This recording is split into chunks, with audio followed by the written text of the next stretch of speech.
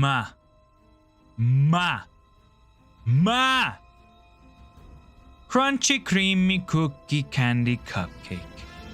Rango, an animated western that focuses on the idea of self-discovery and why the search for it is not as easy as it might seem, along with the heroic tale of justice and the playing with tropes of good versus evil. So many westerns, especially a lot of the John Wayne type westerns, follow a protagonist that already knows who he is. He already knows a lesson that no man can walk out in his own story. A lot of these good guy westerns focus on said good guy doing his best to uphold a certain level of good in an ever-changing and free and spirited Wild West, whether that spirit be good or bad. When we watch these movies, we aren't watching to find out if John Wayne will discover who he truly is in his mission to save the young damsel in distress. No.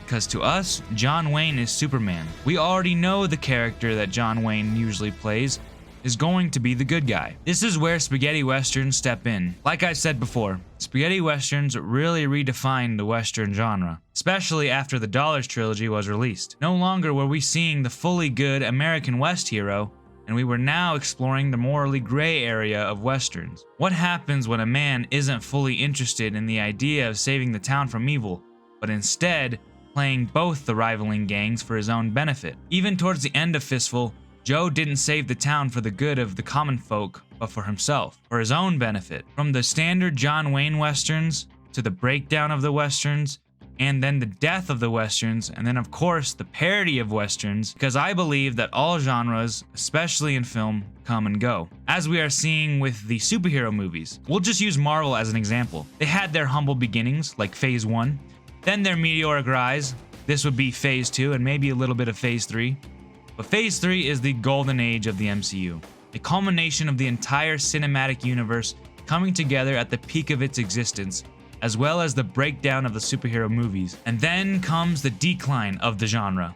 I would say a little bit of Phase 3 had this, but not so much that it felt like it was tanking. But then most of Phase 4 is pretty much the MCU in its decline. It's in freefall mode, and then the parody stage of a genre.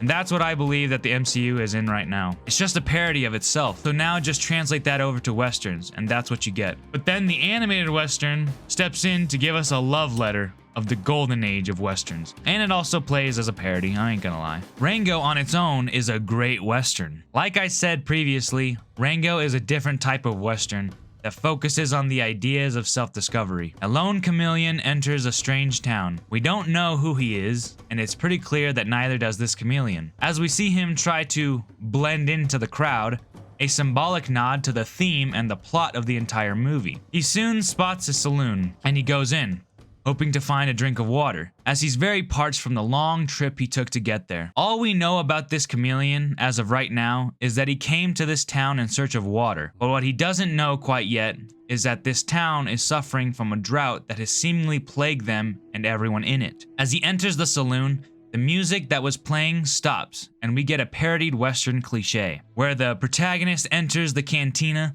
and everybody stops what they're doing and observes the fresh meat.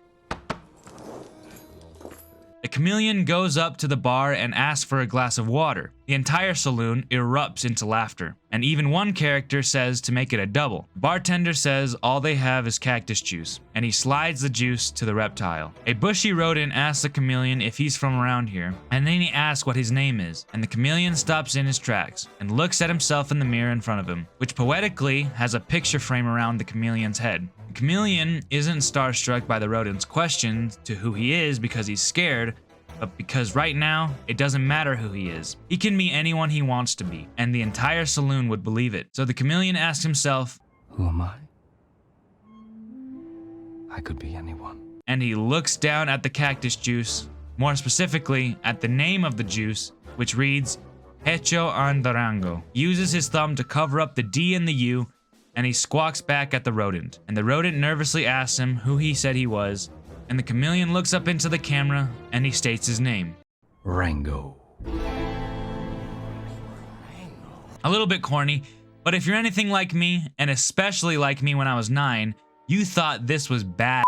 Rango is this character that the imaginative chameleon made up. To the chameleon, Rango is just a fake persona that he's playing. As the film goes on, Rango convinces the entire town that he's the hero, that they need, but knowing full well that he's lying to them. To the point that he becomes the new sheriff of the town, and also to a point where even Rango himself starts to believe in his own deception. The water crisis in town gets worrisome as the town is starting to lose water fast. But the mayor seems to be fine as he's clearly not suffering from thirst. And he's building a future. Well, Rango starts to unpack this mystery and starts to get too close for comfort for the mayor. Previously, Rango managed to kill a hawk that was keeping a feller named Rattlesnake Jake away from the town. But because Rango killed the hawk, Jake doesn't have anyone to fear anymore. So the mayor calls him in to help get rid of Rango, because Rango is starting to get too close to solving the mystery. Another lies that Rango tells the townspeople is that he and Jake are brothers, and that he drinks Jake's venom in the morning.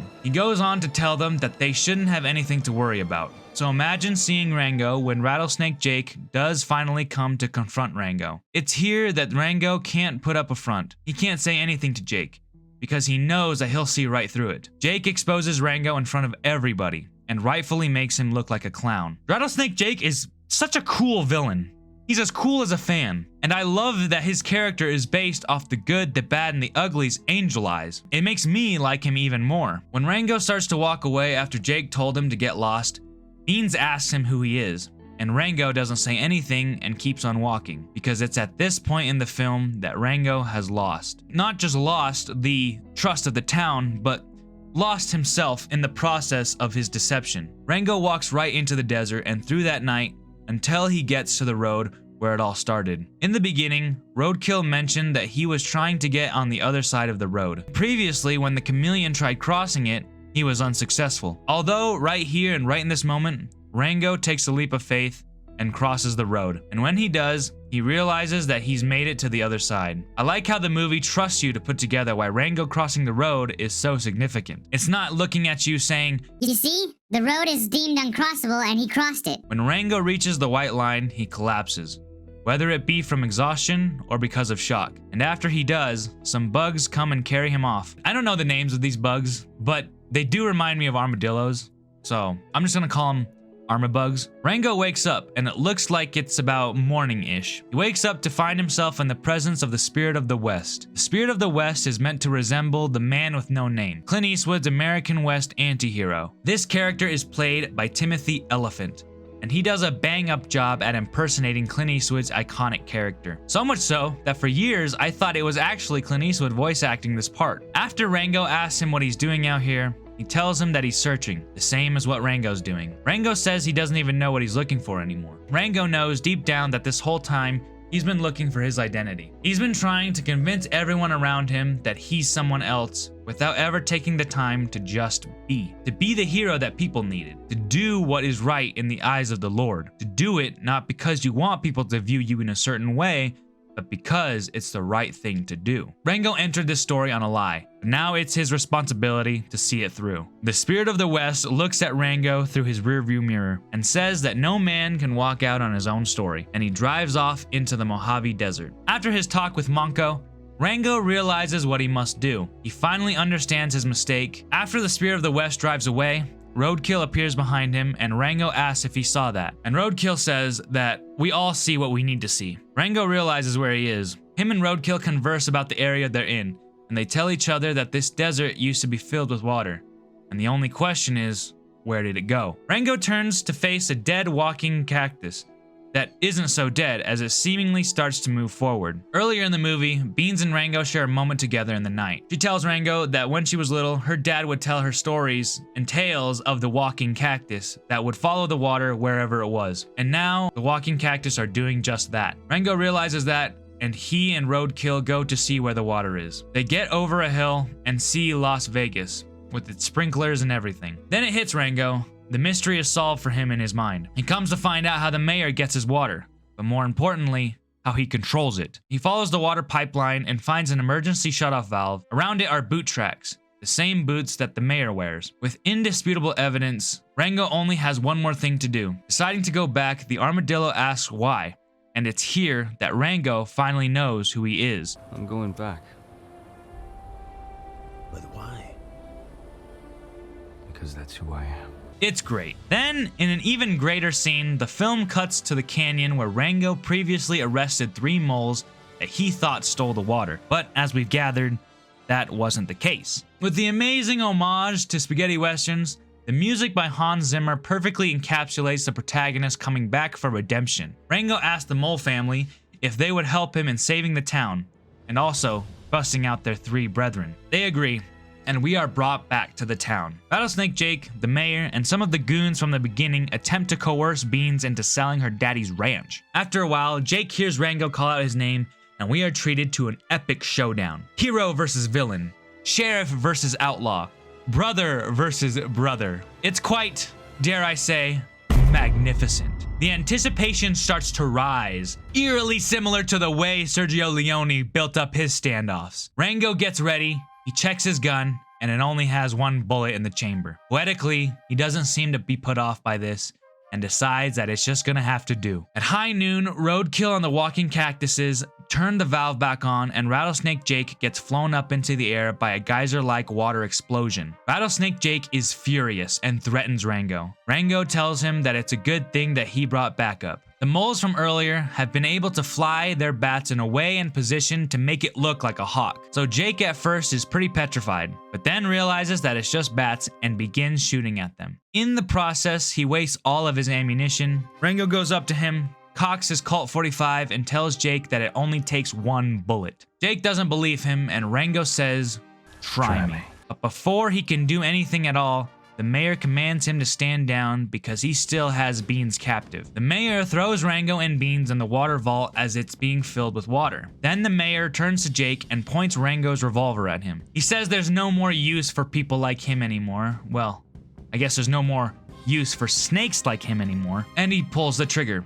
but all it does is click. As Rango still has it, he uses it to break the glass. When he kissed Beans, he accidentally traded the bullet from his mouth to Beans, which caused her to start choking. So Rango does the Heimlich and shoots the bullet out of Beans into the glass, ultimately breaking it and allowing them to escape. Once they do, everyone inside the bank is flushed out, and the mayor tries to plead his case. Rango tells him that he needs to take it up with Jake as he scoots him towards the reptile. Jake sees the bullet belonging to Colt 45, and he realizes that Rango is a legend, just like him. And he says so to Rango, and the two tip each other's hats as a sign of mutual respect. And Jake slithers away with the mayor with him to do who knows what. And the town celebrates the water as it seems that there's no more drought, and Rango has saved the day. There is an extra bit of the movie that Netflix decided to remove for whatever reason, and I was a bit disappointed that it was removed because I think it's a great scene. I did, however, find it on YouTube. In a happy ending, as the town celebrates with the water, trying to get accustomed to having so much water, Rango is set to ride once again. The whole point of this scene is best explained by the movie itself. What's going on? Well, in order to satisfy the needs of the collective, the hero must abandon the self and solidify his image as an icon that will forever be remembered. So this is the sunset shot. Rango gives his last testimony before he rides off into the sunset. This movie and everything about it, for the most part, is pretty great. I love the music, as it does a really good job at giving us that feel of the spaghetti westerns before. Hans Zimmer perfectly captures that western gravitas, and if you love westerns, I highly recommend this movie to you. I really do appreciate what this film was able to accomplish, and I am so glad that this movie has finally been getting some of the recognition that I have always believed that it deserved. Alright people, that's all I have for you for today. Remember, follow God, stay focused, protect your energy, and without further ado, peace!